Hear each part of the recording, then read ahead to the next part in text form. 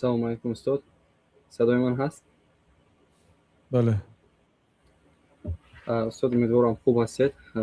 استاد سوال من که پرابلم من همین است که استاد تقریبا من 2 سال اخیر تنها گویم زندگی میکنم یا که تحصیل میکنم و تنها زندگی رو پیش میبرم و وقتای اخیر همین یک مشکلی با من پیدا شده است که استاد وقتی که نماز میخونم بعد اون که مثلا سوره ها رو میخونم یا که نماز خونده ایستادم در همین در تقریبا در بسیارتر از نمازهای فرض گویم از یادم میبراید در چندم رکعت هستم.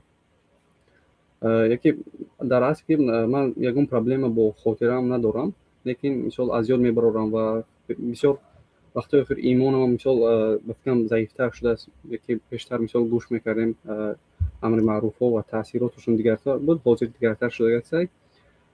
صوت همین نشونه اون هست که مثال بر من جن و همین چیا نزدیک شده هستن. صوت همین گفتنی همون هستن که چه خیلی شیطان دار جین، همون شیطان قرین. هر یک آدم در بدنش یک شیطان دارد. چه خیلی که پیامبر صلی الله علیه و آله ها عایشه شیطانت مگر تو را نگذاشت؟ گفتن یا رسول الله من شیطان دارم مگر؟ گفتن که همه دارد. شما چی یا رسول الله؟ گفتن که منم دارم. الا ان الله اعاننی علیه فاسلم فلا یامرنی الا بخیر. فقط که شیطان من الله تعالی به من یاری داد و اسلام آورد، مرا فقط به کاری نیک امر میکند. یعنی این خاص به پیامبر صلی الله علیه و سلم. هر یک بنده در داخلش یک قرین دارد، یک شیطانی دارد که همیشه نماز به طهارت کنم، وقتی نماز شد گویا حالی یک 5 دقیقه شین، حالی 2 دقیقه دیگه شین، حالی میرسی دریافت میکنی نمازه میگوید، یا اینکه مثلا کاری گناه کن گفته میایستد، نمو شیطان است. ولی مادامی که سخنی نیک شنیده نتونید، ترسید از الله تعالی که شاید یگان کس ظلم کردید، شاید یگان گناه کردید، شاید یگان مال حرام خوردید، شاید یگان کس دعای بند کرد در حقتان که ظلم کرده بودید. وقتی که میبینید که همین صحبت های علمی اگر آدم دور و دراز گوش کرده نتوند و هم ایمانش خبر گیرد، یعنی تفتیش کند گناهش.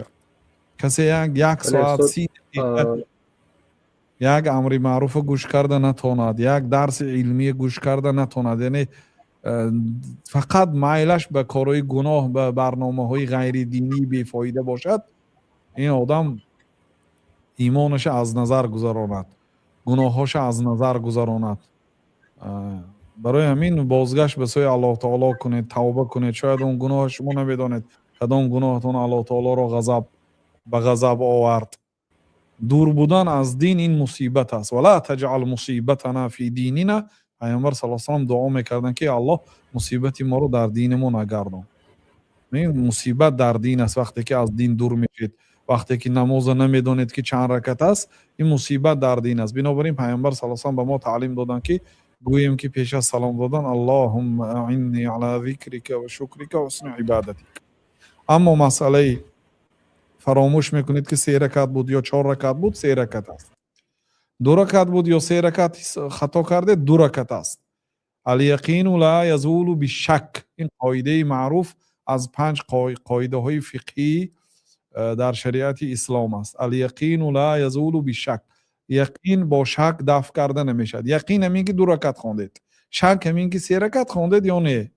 شک برابر بودن گمان، برابر بودن گمانی بنده. 3 رکعت خواندم 50%، 2 رکعت خواندید 50%. در این 3 رکعت خواندید یا نخواندید 50%، لیکن 2 رکعت عمیق 100% 2 رکعت خواندگیتان عمیق است.